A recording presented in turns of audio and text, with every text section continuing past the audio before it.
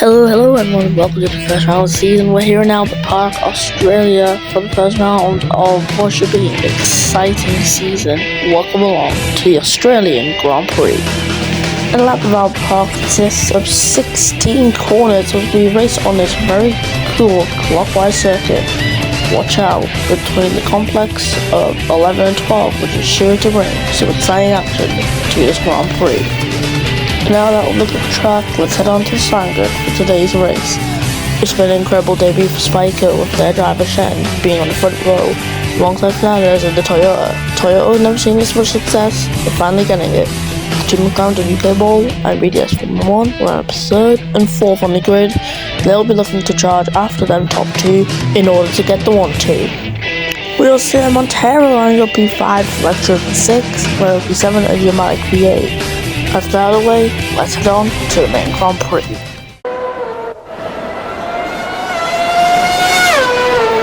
Here we are on the race of vibrant lights to the Australian Grand Prix.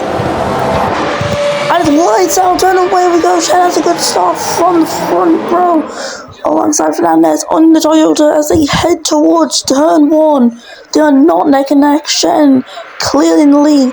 And there's BDS Formula 1 could not make a move on Fernandez. Couldn't, there's Fernandez. Speaking of him, he's spun out and he's stuck on the grass. It is typically a bad sign for the race, especially when they're stuck in a donut formation. Steering looks like it's locked potentially, but because it's starting chaos, Shen with a 3.5 second lead already. In less than one sector, it is going to go down though because the McLarens are significantly quicker than the Spikers as it appears. Considering that one Spiker started near the bottom, one started first, it's clear there's a huge difference.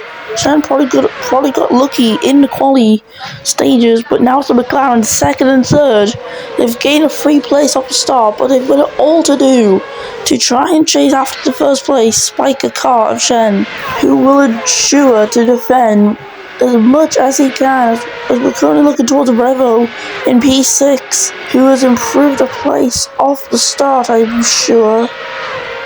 We'll see Electra and Ferrari gaining 2 places off the start from P6 all the way up to P4. Leaf Electra will be proud of that, as well as the rest of the Ferrari team. And as we see, that's also still 2 McLarens there, 2nd, 3rd. It's good for them as we look to the Red Bull of Layfield, as who we are on board with. And not much that's really going on here, but yeah, it is confirmed. Look at the bottom of your screens. There's a chance that's fast up. It is Fernandez who's out of this Grand Prix. It was already confirmed. Do not mind the NA there. That will just be there for every race. It's the thing that we need to have on systems as we watch the Spiker of Gagorov down the inside of the Williams there. Do not know which Williams that is. Nonetheless, Gagorov up another place, I think. No, you're not. No, he defended. It was from Fabino. So Fabino defends as we're watching Singh, who's in P10 in the Toro Rosso, just behind the Renault of Pablo Sierra. We're on board with Singh. The onboard may not last long, but yeah, we can see the onboard of the Toro Rosso in the first season without a V10 engine, because they used if you remember, they used a restricted V10 last season. They're using a normal V8 now, like the rest of the grid. And if you look at the gap at the top, we're just like only 2 tenths behind Shen at the top. So that shows how slow the Spiker truly is. It'll be a matter of time before the Spiker loses places. But we're still looking towards Singh, and now we switch over to Shen and BDS Formula 1, who almost went for a move down the inside, could not get the move done. McLaren are clearly more powered than the slower Spiker car. Sorry for any slowness that may be going on, it's just a glitch. UK Ball down the inside of BDS Formula 1 could not get the move done. But UK Ball was close though. He was definitely close. As we head down the south end straight, we're on board with UK Ball, who, yeah, he's just had a fast lap of 136, and Electro taking that away. And UK Ball looking for a move down the inside of his teammate, can't get it, but they have to be careful because they're losing time to Shen. And also, Electro has the ability to gain some time here which is not going to be beneficial towards the McLaren team at all. But because BS11 is definitely by far quicker, he will catch up anyways, as we are looking at Daniel Bogdanov in BMW Sauber. He is just behind Malek Senna, the Egyptian driver, who's in P11. You can see the gaps at the bottom. It's a nice little graphic that we got there. We're on lap 3 of 15 right now. BS Formula 1 has caught up once again to Shen, but because it's a bit of a difficult track to overtake, it might be a bit of an issue for the drivers, overtaking around here. Streets, it will be one in the pit stops, the refueling pit stops. Teams will always seem to change tyres in the refueling pit stops unless they need to, but they only pit for fuel, because the tyres are pretty durable anyways. It's down the inside of the BS Formula 1, it was almost a move there. Backing out last second, it was almost there, just not quite, as we're on board with the spiker momentarily as he heads around turn 16 just now onto the start finish straight. BS11 is in the background but quite a bit behind, and you can see that he's dropped quite a lot of time. That's because he's in the pits. The first pit stop's coming in now. BS11 taking to the pit lane. Electro's in. Rebel is in. So there's some early stoppers in this Grand Prix. So it's clear that we have got mixed strategies on this grid. Montero inherits P2 for BMW Sauber. And what a crazy race this has been. I know it's only been a few laps, but still, pit stop strategy is already becoming clear that they're different across the field. So this race could easily be one strategy, and sorry for more slowness that could be expected from now on, unless I could find a fix for that in the recordings. There could be a potential thing that I could do with the graphics, but yeah, Montero originally quite a bit behind Shen, now closing right up to Shen. Shen is under immense pressure now. Staying out could have been a bad choice, but who knows? It's Formula 1. No one knows what the race results is gonna be like. As we are seeing the roaring Honda of Malek Senna, who's inherited the temporary P5. It's just on track there. You just gotta expect a little bit of slowness. I am currently finding an issue for it. A fix for the issue. But it should be alright. Now, who knows when will Shen and Montero pit? These are some guys that you really want to look out for. Of course, they've very clearly stayed out. They made it clear that they're staying out because they are heading down the stopping straight as we speak. And Montero, fast lap, Layfield absolutely smashing it to 1:33.869 for the Red Bull driver. And that is an incredible lap. He's definitely caught up. He's in the podium places, and he is right behind the BMW Sauber. As he's having a little look at the inside line, cannot get the move, but he does keep his elbow out. He is definitely keeping his elbow out there, and he's still alongside down the inside, and that is P2 for the Red Bull driver, and it's an incredible overtake.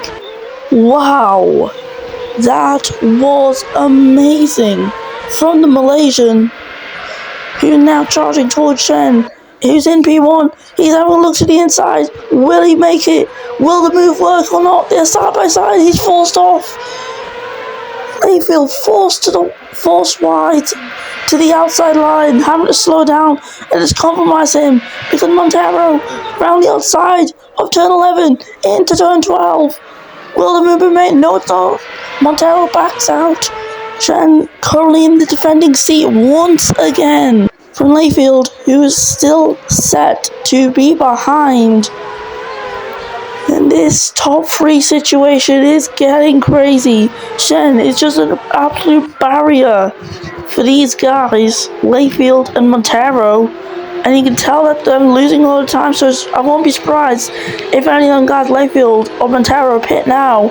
I won't be surprised if Bogdanov taken to the pit lane. Bogdanov into the pits. And who's that as well? Is someone else? Yes, Shen and Layfield, they're also in. They're also into the pit lane. And it's Senna who now leads by 1.5 seconds to the number 17 Williams. I cannot pronounce that name, so they are going to be the number 17 Williams. So that name I will never be able to pronounce. Sorry. UK Ball taking to the pits. Blade Sonic comes out. But he doesn't come out. UK Ball comes out the pits actually, but he's ahead of his teammate, nonetheless. And that there was UK Ball having a pit stop over a teammate, I think. Oh, no. They would have just ended the pits now as well. So it looks like some people have already managed to get pit stops over these guys, which is just, wow, it's surprising. That shows how important the strategy is here at Albert Park, as Mike Senna leads, maintaining his 1.3 second gap to the number 17 Williams, who is under pressure from Zach Wills, who's around 6.5 tenths behind in the Ferrari. Ferrari, being much more powerful, should catch up, but with no assists or anything that could potentially boost the car forward. We've got no plans for them so far. But yeah, none of them assists or anything that exists in Formula 1. So it is all raw pace with no track control, ABS, none of that being allowed on the cars. It is driver raw skill, and that's what makes Formula 1 interesting. Is the top 3 all pit, top 4 you could say. Sabino pits, and even Marika does. That's the top 5 pitting. Funny about that. What about Electro? Will Electro pit? Yes, Electro pits. He's into the pit lane, as well as both McLarens. Never mind. I don't think both of the McLarens pit last time around. I'm not sure. I think it might have been the in-pit visual glitch that we do see. We have both McLarens in the pit lane. So some people on their first stop, and the McLarens are on their second stop. So it shows that taking that first stop was worth it. And look at that. It's Fabino stuck in his pit box. I'm assuming he's going for a large refuel, which means he could try and take his car to the very end of this race. And Montero has pulled away from Shen. He is 2.5 seconds ahead of the Spiker. So it shows how much of a blockade the Spiker was. And Shen losing out time to Wallace as we're on lap 7 of 15. Thornburg starting last is P16. Wow. As we were meant to switch that camera. Oops. So Fabino in P19, just behind having a go off in Spiker. We're not sure of Spiker's relative performance. We could predict that it's probably around midfield-ish, but we are unsure as of now. We need to wait for more races to come by. As the red over here of Sierra around the outside of turn 11, and he tries to stick his elbow in, does not work. He has to stay behind Layfield, who is on the charge for Senna, and Chen dropping down to 4 seconds behind Montero. As round turn 15 is Montero, and it'll be turn 16 now. So he's on to the 8th lap of this Grand Prix. It's been an incredible race so far, and I'm pretty excited for this next race. But of course, we've got the rest of this first race to go, which is already a good race. As we're on board with us here, who's chasing after Shen and the Spiker. Wallace has caught up. It will be a matter of time now before Ferrari will get past him. Ferrari need these points because they need to make their comeback from 2005 and 6, but they failed to get both titles in both seasons.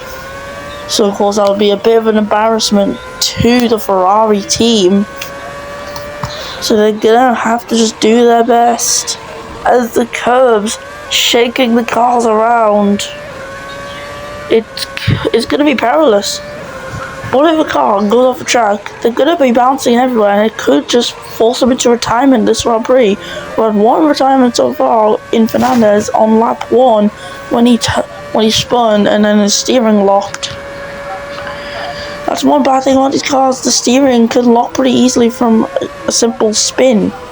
Then hitting the wall. If the car can't get back on track, it's clear the steering is locked. After there was down the inside, potentially on the Spiker, and once again forced to slow down. I guess Shen knows how to defend. The first ever Chinese driver in Formula 1 trying his best to defend. As Geomatic is in P14 and UK Ball, Blitzer Sonic, P12, P13, when before they were P3 and P4 to start the race. They even went up to second and third as well. But I guess it's just wasn't meant to be for the McLaren today. They have not had the best strategies, but of course there'll still be some more pit stops for probably the whole grid now. So you can't rule them out. You still can't rule them out the equation in the Grand Prix because there are still more pit stops to come. A.G.E Francis Murica, the British driver, I forgot what the other nationality was, but British is what's on the telemetry. So yeah, because use British driver for now until I find out. And then it's Jen's off the track, collides with the Williams there, the number 17 Williams, and he's reversed. He hits the wall. I think the car's completely went. The power's went out the car. Chen will be out of this race and has no more power in his car. The man who got pole position out of nowhere is now out of the Australian Grand Prix and will no longer continue in this race, leaving Spiker in an awful position. And that is going to be absolutely damaging for Spiker in a day where they could easily have scored points. And it just was not meant to be for them. As there is a mini train forming, BS Formula 1 trying to get ahead of his teammates. Can't do it now. Might have to wait a little bit later. But we've got 6 laps remaining as Montero leads the 10 laps race. And look at the top of the screen there. Chen Yuxuan is now out of the Grand Prix. So that was the confirmation. They're on lap 10 of 15 down the inside. I think that might be a bit of a fake from Layfield. He's been trying at this race, but it has not worked out. And it is going to damage him. It is very clear that it's damaged him because he's now under risk from Sierra there, who goes around the outside. We can't quite see that move there, but yeah, Sierra with the inside line there as we watch from Senna's view. And that might be Sierra up into P4, no, P5, sorry. As we look there, I think, yeah, Sierra's failed in that objective, but it was a really good scrap there. A good attempt, and more people in pits such as Thornburg, Singh, Giamatti, Ravo, Gigorov. They are all into the pit lane to take another pit stop. So yeah, we've had 2 retirements this race. And they were both caught. I don't know what Shen's was caught, however, because we've only just seen like him bouncing off the gravel. We watched the Honda of Senna. He heads towards turn 13, I think it is. It actually is. I actually guessed it right. Yeah, around turn 14 in the pits comes Montero. He'll be doing the final 5 laps on this new stint. But who else was coming into the pits? Wallace stays out. And that was a very short refuel for Montero. But the number 17 Williams stays out, but Montero there. With that incredible pit stop. That was rapid. It looks like he only needed a little bit more fuel to be able to finish the race. So he's got the fuel in the car, and now he's out on track. And he is ready to win. Just depends how these other people ahead of him in the top 4 do. Will they need another pit stop or not? We'll find out in probably the next lap or 2. As BMW Sauber are in an incredible position. And this could probably be their best season yet, you know. As we know, BMW Sauber are a strong team. They are definitely a strong team as we watch the Geomatic on board with him as he is down P16 with Revo just ahead. Red Bull and Honda seem to be nowhere. It's only Red Bull's 3rd season in the sport. And controversially, they're sharing their chassis with Toro Rosso. Yep, that's right. The STR2 is literally a variant of the RB3 if you did not know this. Just some random information, but it's still legal within the rules. It's still technically a different chassis because it is just a variant. But we all know it's just the same. And yeah, we now have 4 laps remaining as the lap counter ticks 12. It is now the pit lane for Pablo Sierra in the Renault, who will be in for his final stop of the day, leaving Montero to go into P4. And there we are, it's in the pits. We are watching stuff from the number 2 driver. Now we are, it was another short fill for the Renault, who clearly did not need much fuel. He got the fuel in the car, and now he's leaving the pits. Now we are. It's P6 with the Renault driver. That is just in the points. It's enough to score 4 points, I think. Either 4 or 3. I cannot remember with this point system. It's a 10, 8, 6, 4, 3, 2, 1, I think. Wait, I think I just said 7. So 10, 8, 6, 5, 4, 3, 2, 1. So yeah. Yeah, that would be 3 points so far for Sierra and for Renault. Remember, 10 for a win. It's top 8 scoring points. We've had the system for a few years now. And being on lap 12 here in this race, McLaren's down P12, P13. They've just not seen the look. They're not even near a top 10, nor the points. So that is unfortunate. McLaren just butchering up their strategy. They're acting like Ferrari clowns. Except for I don't really butcher up their strategy. Subtle foreshadowing. As we're watching the one last Toyota in this Grand Prix, it's Jacob Van Best, who's not been noticed in this race really, as Wallace in the pits, number 17 Williams and Malek Senna, leaving Montero in the BMW Sauber to lead with only 3 laps remaining in this Grand Prix. It's been a good one for him. Montero, though, just needs to keep it clean. He's got a huge lead out there. And BMW clearly getting the right strategy.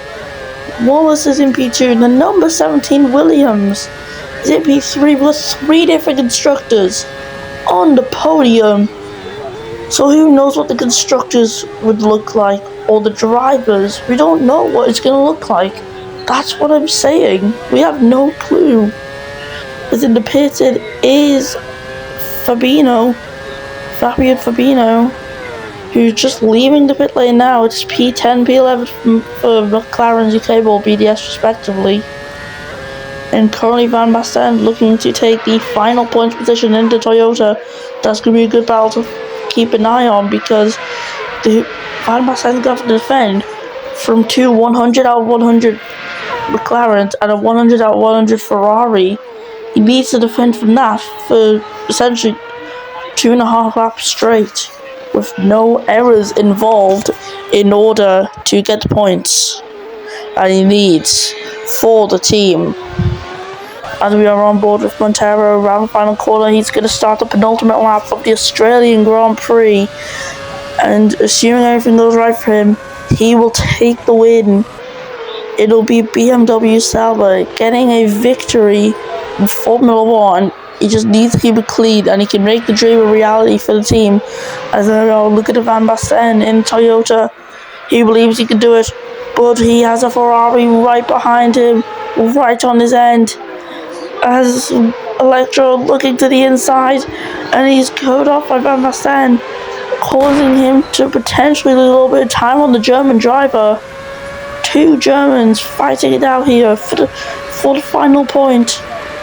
It'll be 1 point, and there are Electro down the inside. Will he be squeezed out? Yes, he will. He's so got squeezed out there. Mind my voice there, sorry.